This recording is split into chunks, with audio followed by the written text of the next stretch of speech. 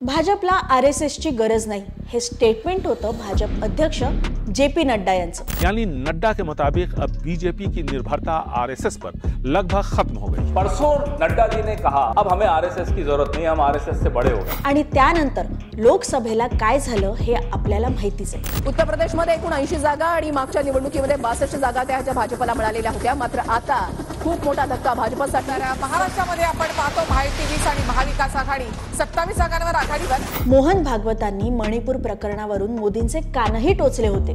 1 साल से मणिपुर शांति की राह देख रहा है, उसकी आग में अभी तक जल रहा है, त्राही कर रहा है, कौन उस पर ध्यान देगा? असं म्हटलं जातं त्यावेळी भाजप आणि आरएसएस मध्ये कोल्ड वॉर चालू होतं। बहुधा आरएसएसला मोदी तिसऱ्यांदा पंतप्रधान म्हणून नको होते, म्हणूनच की काय 2019च्या लोकसभेला आरएसएस तेव्हा भाजपच्या प्रचारापासून दूर राहिली अशी कुजबूज होती।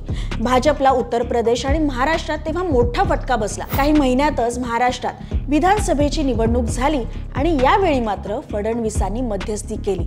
आरएसएसच्या अंडर काम करणाऱ्या लोक जागरण मंच आणि प्रबोधन मंच यांनी घरोघरी नीश लेवलला प्रचार केला आणि भाजपला अभूतपूर्व यश मिळालं। महाराष्ट्रात भाजप महायुतीची सुनामी, भाजप मोठा पक्ष।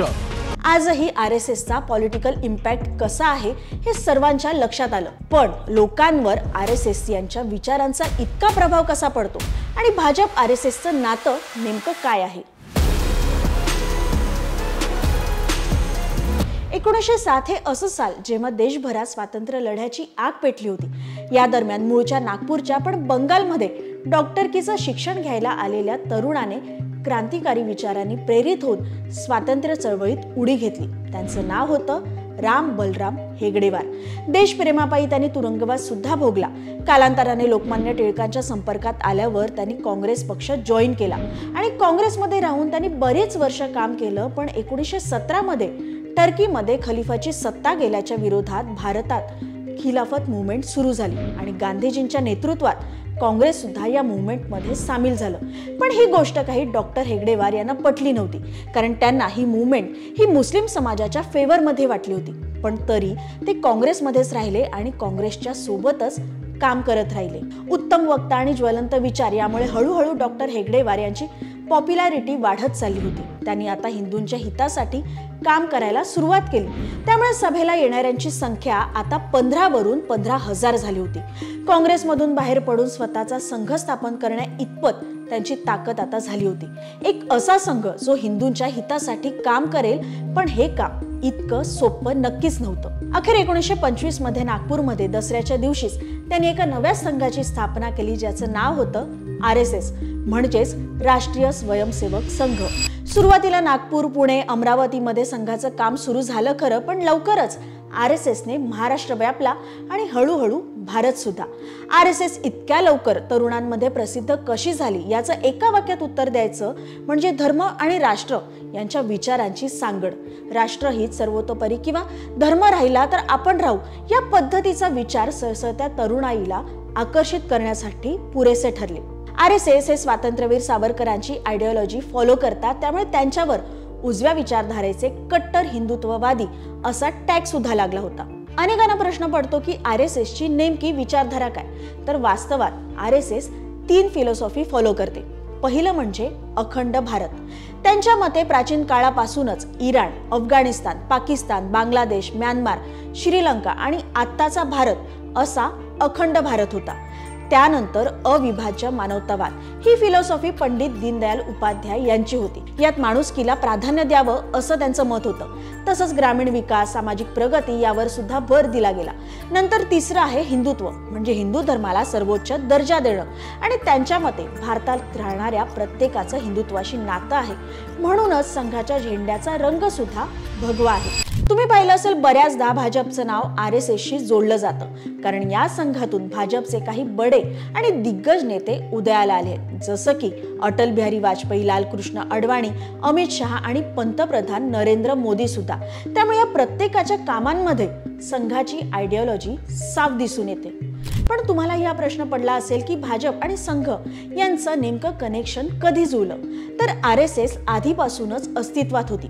आरएसएसचे स्वयंसेवक जसे की श्याम प्रसाद मुखर्जी, दीनदयाल उपाध्याय यांना आता संघाने राजकारणात उतरावं असं वाटलं, मात्र थेट संघाने राजकारणात येण्याऐवजी नवा पक्ष स्थापन करावा असं ठरलं आणि यातून भारतीय जनसंघाची 1951 मध्ये स्थापना झाली. 1977 मध्ये हा पक्ष नव्याने तयार झालेल्या जनता पक्षात विलीन झाला. मात्र 1980च्या निवडणुकीत मोठा पराभव पत्करायला लागल्यावर जनता पक्षामधून जनसंघाचे सदस्य म्हणजेच अटल बिहारी वाजपेयी आणि लालकृष्ण अडवाणी बाहेर पडले आणि त्यांनी जुन्या भारतीय जनसंघाला नव्या रूपात आणलं आणि भारतीय जनता पक्षाची स्थापना केली. यावरून आता तुमच्या लक्षात आलंच असेल की भाजपचं मूळ RSS मध्ये कसं आहे. RSS जरी कुठेच थेट भाजप सोबत नसला तरी भाजप पक्ष चालवण्यात किंवा त्यांना मार्गदर्शन करण्याची त्यांची भूमिका ही नेहमीच निर्णायक असते. आता प्रश्न उरतो असं का?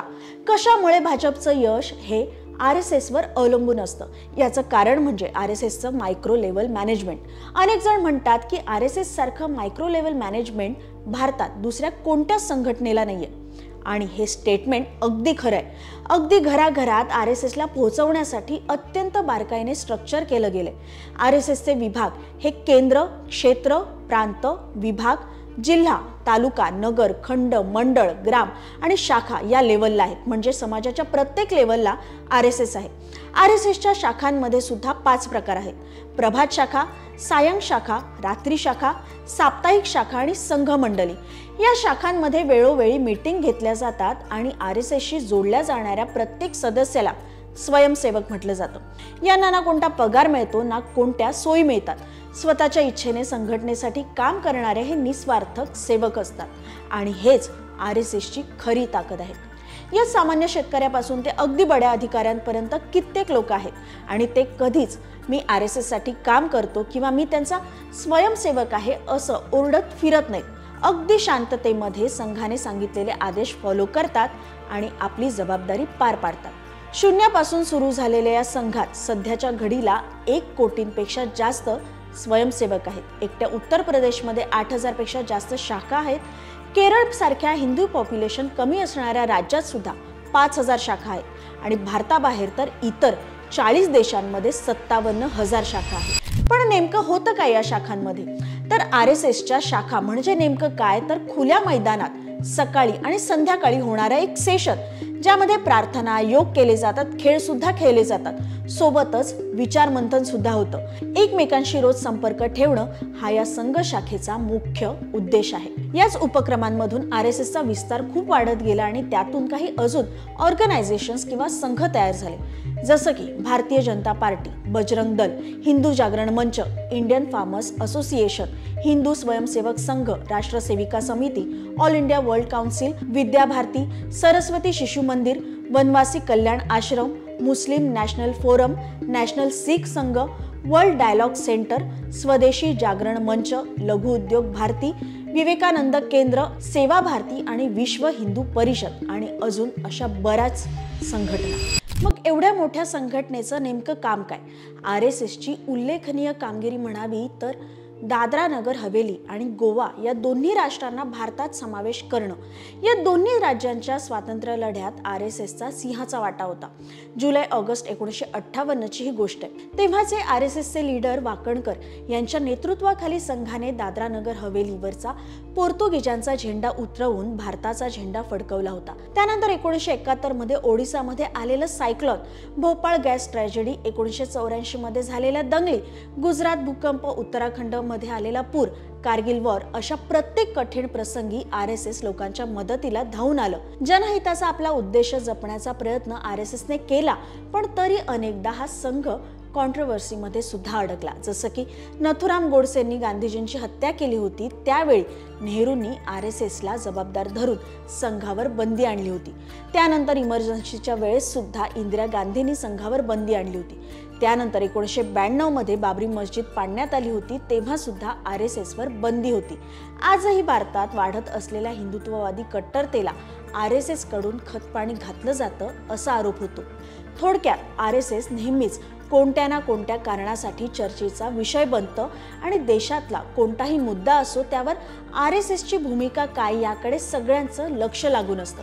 म्हणूनच राजकारणात नसूनही राजकारण चालवणाऱ्या RSS शिवाय भारताचं राजकारण अपूर्ण आहे हे देखील तितकंच खरं.